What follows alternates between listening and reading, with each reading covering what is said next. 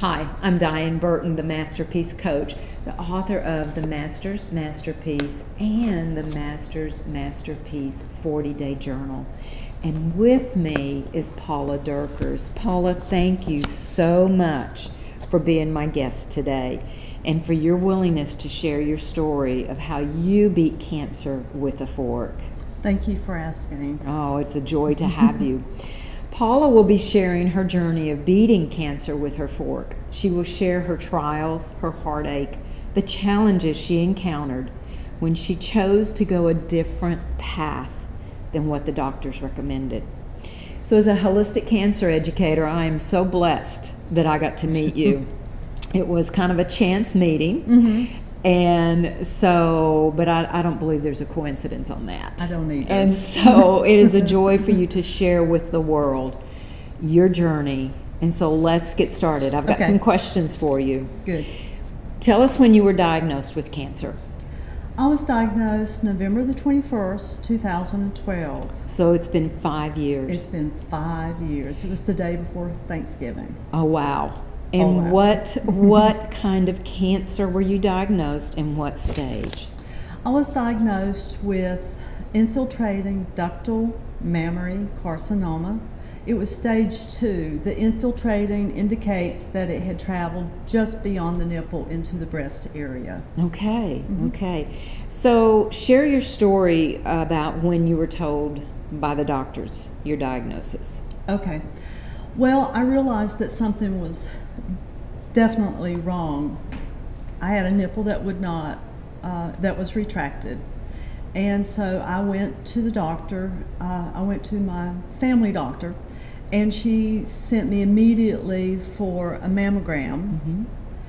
And they sent me down the hall immediately for an ultrasound. And it wasn't exactly the best experience. It was hard. It was very difficult because at that time I knew something was wrong. Basically, I knew I had cancer, and it was difficult because I was told rather bluntly that I had cancer and I needed to do something about it. So it was a stunning event. Even though you knew, even though I knew, you had an idea that something was wrong. Right. When they told you, it was just, she shared with me that a doctor just stepped in and said, "Oh, you have cancer, and you need to do something about it." And he walked out. I think that was harder than even realizing that I had cancer. Did you feel that? Well, he walked away, Yeah. and I thought, what do I do now? It was. I didn't expect that time. I expected him to say, we found some abnormalities and perhaps you need to go back and speak with your doctor. My doctor recommended a biopsy, which I had, and that confirmed that I did have the cancer. And then what choices did your surgeon, when you went to the surgeon, what choices were you given? Well, the protocol is you can either do a lumpectomy and 35 rounds of radiation. Wow. Or a mastectomy and possibly chemotherapy. And I had a very interesting experience. I just felt a door come down in front of me. I couldn't really see it, but I sensed it in just a voice that said, "Don't go there, you'll die."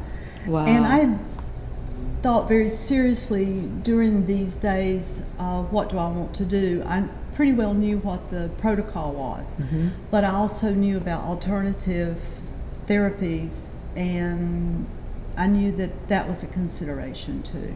So when you went to see the doctor and you told him that you chose not to do what is normally done with certain treatments, what did your doctor say? Well, I did, when he told me what the protocols were, I said, well, I don't think I'm doing any of those. And he physically just, really? Well, you need to do something. And I said, I will do something, but it won't be those. So for about 2 weeks, he called me on and off and said, have you made a decision to have treatment or not to take treatment? I said, no, I will I will do something, but I still choose not to do those protocols. And so why did you make the choice to go alternative? Well, I had experienced the loss of a number of people who had done the protocols. Sadly, with breast cancer, very often the cancer will come back, not in the other breast, but in the bones or the brain. And we had just lost my sister-in-law several years before to cancer. It started out as cancer of the larynx, and it spread to her after her radiation and some severe burning from the radiation. It spread to her bones and her brain and her liver, and she had a rough end. During that time, we had done my husband especially had done a lot of research on alternative treatments in hopes that she had shown some interest. And so we had a number of books on our shelves and a lot of information that we had gotten through research. So I chose the Gerson therapy, and we had the books, and I had read them, and it seemed to make a lot of sense to do. And you chose to even go to another state and Yes. learn how to do the Gerson therapy, to work with a naturopath doctor? Or Yes, she was. She was a naturopath. And so tell us what the process was. What did they tell you to do to heal your body? I had talked with the Gerson Institute several times, and they said, well, you have a lot of questions, so perhaps it would be better if you talked to a doctor in Seattle who is Gerson certified. Okay. And I phoned her, and we had a 40-minute talk, and I asked her why she did the Gerson therapy, and she said, I'm not interested in my patients dying. I'm interested in helping them regain their health and go on for a full life. So I thought, I can work with this doctor. Yes, and what she's saying, what I'm hearing is she knew that when you followed what they taught, that your body could heal itself. Right. And would you agree that our bodies are designed, that God designed our bodies to heal? Oh, yes. You take away all the things you're doing to harm your body. You have to take all that away and then give the body what it needs in order to heal. So I had a lot of blood work done, and that would also show other things that were out of line. And we had to correct those things. Thyroid, for instance. My thyroid wasn't functioning well, so we had to get that going. And then food was so important because the body desperately needs to heal and to build and to be strong, and this is the key thing, not to give the cancer an environment that it's happy with, that it can grow. Exactly. You cut off everything that the cancer wants to have, and then the cancer can't survive. I love that. And so you followed what they told you to do, and you did juicing. I did a lot of juicing, How many 12 times a day, For how long? about 2 years. Okay. And because cancer cells don't like real food. No, they don't. They like sugar. They like sugar and processed foods and boxed foods. Free radicals, Yes, nitrates. They like all of that. And they're in there just gobbling that up when you put those fake foods into the body. That's And right. so you started feeding your body real food by food. juicing. And but the thing is, you felt good all through that time. I did. You didn't have to deal with side effects of other kinds of treatments no. like your sister-in-law did. No, I was never sick. I had a little bit of a problem with giving up sugar and salt. Salt more than sugar. The foods seemed bland. And then after a while, the foods had such a wonderful, real taste to them. Yeah. So, of course, I only ate organic. And then all the juicing. And then I had to cleanse my liver to make sure that my liver was functioning very well. Tell them how you cleansed, if you're okay with that. Oh, well, sure. I did coffee enemas. And how many times a day did you do coffee enemas? Well, in the very beginning, and part of it was due to the fact of I did have an inflamed liver, and it needed healing, but it also needed cleansing, because if you're killing cancer, you're releasing a lot of toxins, and even the cancer itself will break down, and you have to eliminate it. And so I had to get that liver clean and really working, and of course you want good digestion, so I had to do it 3 times a day. Okay. For a while, and that was hard, but I have a really strong liver today. Well, I was going to say, I'm thrilled about that. You had a choice. You had a choice of following the Gerson therapy and doing the coffee enemas. And yes, we're going to be honest. Juicing takes time. A lot of and time. you juiced specific foods.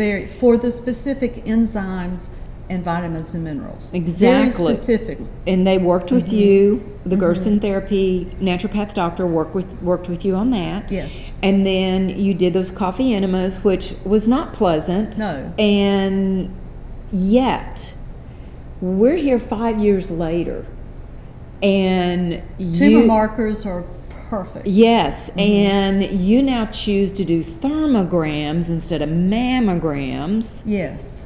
And because you can see it sooner. You told me that if you had been doing thermograms all along, you would not have had to go through what you went through.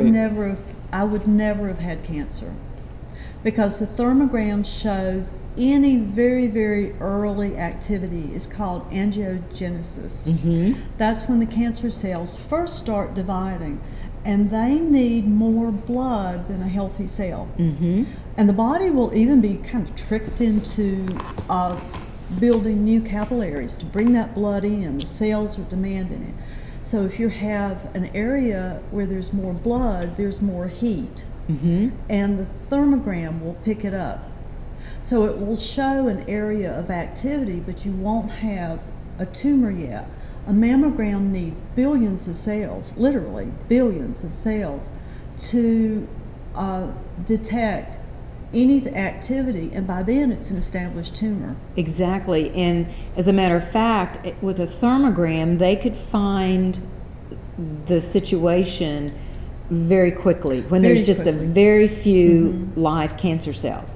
Whereas a mammogram, it could have been doubling every 90 days for 8 to 10 years before it is found. That's correct. And that's where it's almost too late many times. Many times, or you have to go through just terrible treatment. Whereas if you catch it in the very, very early stages, maybe you just need to do some minor adjustments. Exactly. Some cleansing, I haven't been eating well, I'm very stressed, I haven't been exercising. There's a lot of things you can do to eliminate that kind of early growth. Exactly. And so isn't it better to catch it or to start now and do preventive eating? Yes. So that you don't ever have that diagnosis. And as a holistic cancer educator, I've received my certification through Dr. Susan Silberstein through the Center for Advancement on Cancer Education. And she has even helped cancer patients in stage 4 with proper eating, exercise, attitude.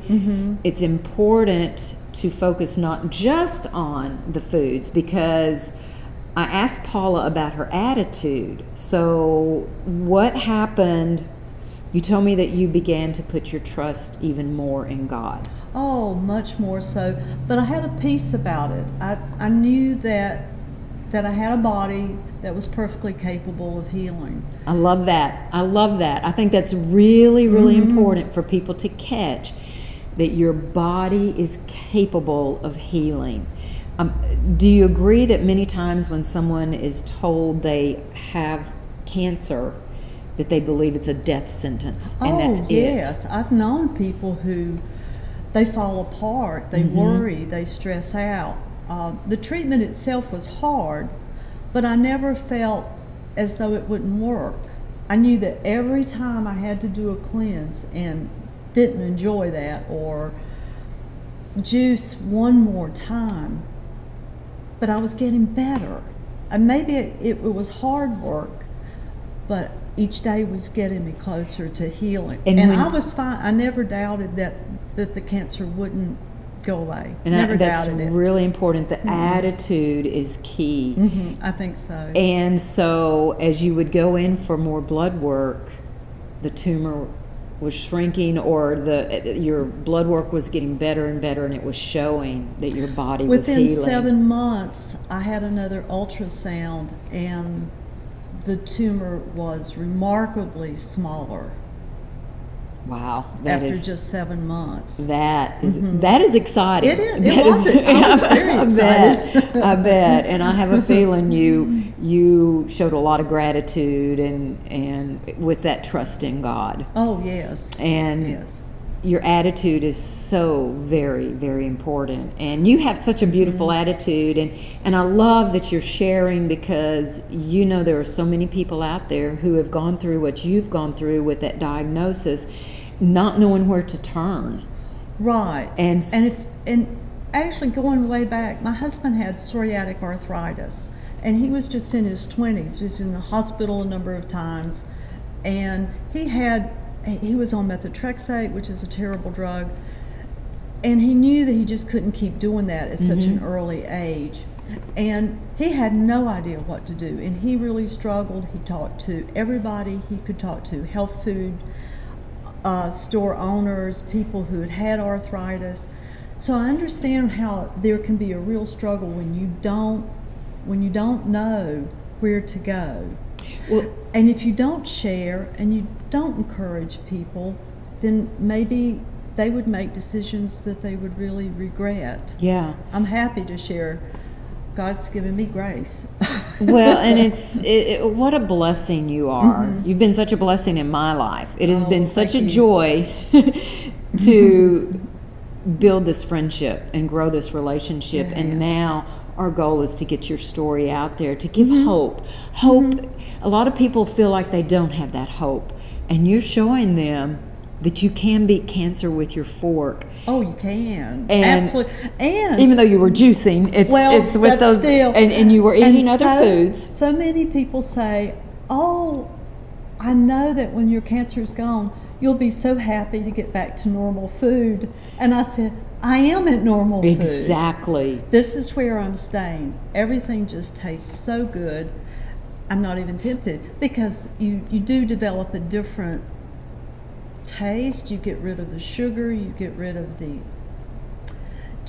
other things, and enjoy the taste of food again. Well, I'm also a health and wellness coach through Dr. Sears, and he calls it wisdom of the body. Yes. And he says that when we get rid of all those other foods, your body will begin to crave real food. And I have discovered that with myself, in the sense that I don't want those other foods. If I decide I want to have a bite of something, it tastes awful. Like, give me my fruits and veggies. I want that back, and that's what you've discovered. And so it is just such a joy. So what 1 or 2 tips would you give to people, whether they have or have not had that cancer diagnosis? It's time to start now. Don't wait until you feel sick or you have a terrible diagnosis. I think everybody is able to find good and healthy food. Exercise. We need to exercise to whatever degree you can, as much as you can, or if it's just some simple exercising, but breathe deeply. And spiritually, we just have to focus on God. He's given us so much that we can't do it by ourselves. Exactly. And this really I is can't. a I couldn't. Yeah. And this is a masterpiece from God. It's a beautiful gift He has given us. Oh, it is. And I believe it's really important that we take care of it for Him. For Him, absolutely. And so your cancer diagnosis wasn't a bad thing in your life. It was something that allowed you to step back and say, it's time for some changes. Let's take better care of this beautiful creation God gave me. And now you get to share with others and be such a blessing to them. And my prayer is that there will be people who hear your story that will choose to go the path like you did, so that their body will heal and they can have many more years. Well, I add hope so. quality of life. Yes. That's what's so exciting, is whether you, however long you get to live, you have such a quality of life, and that's so important. So much better than before the diagnosis. I don't feel like stressing out over things. Wow. I'm much more focused, and I think a lot of it has to do with eating really good food. It helps your thinking. You feel better as your body gets healthier. You just feel better. Yes. Emotionally and physically. Well, and I'm a believer that we have 3 immune systems. We're born with our physical, and then we have an emotional and a spiritual, and we develop those. And when one of those immune systems is out of whack, all 3 of them are out of whack. And so our thoughts, our attitude, all of that affects our body. Stress really can kill. And I really believe that when people will take the time to work on their thoughts, work on their attitude, let God be a part of their life, and eat correctly, wow, the healing will be amazing. Yes. Paula, thank you again so much for allowing me to share your story with others. And Well, thank you for asking. oh, it is a joy. And isn't this a beautiful place where we are? We're at Nature's Way Cafe, and they have a beautiful setting, and I'm just so blessed that we were given this opportunity to use this setting. Thank you so much. I want a hug. Absolutely. Oh, I love you and appreciate you. Thank you. Thank and you. thank you for allowing me to share.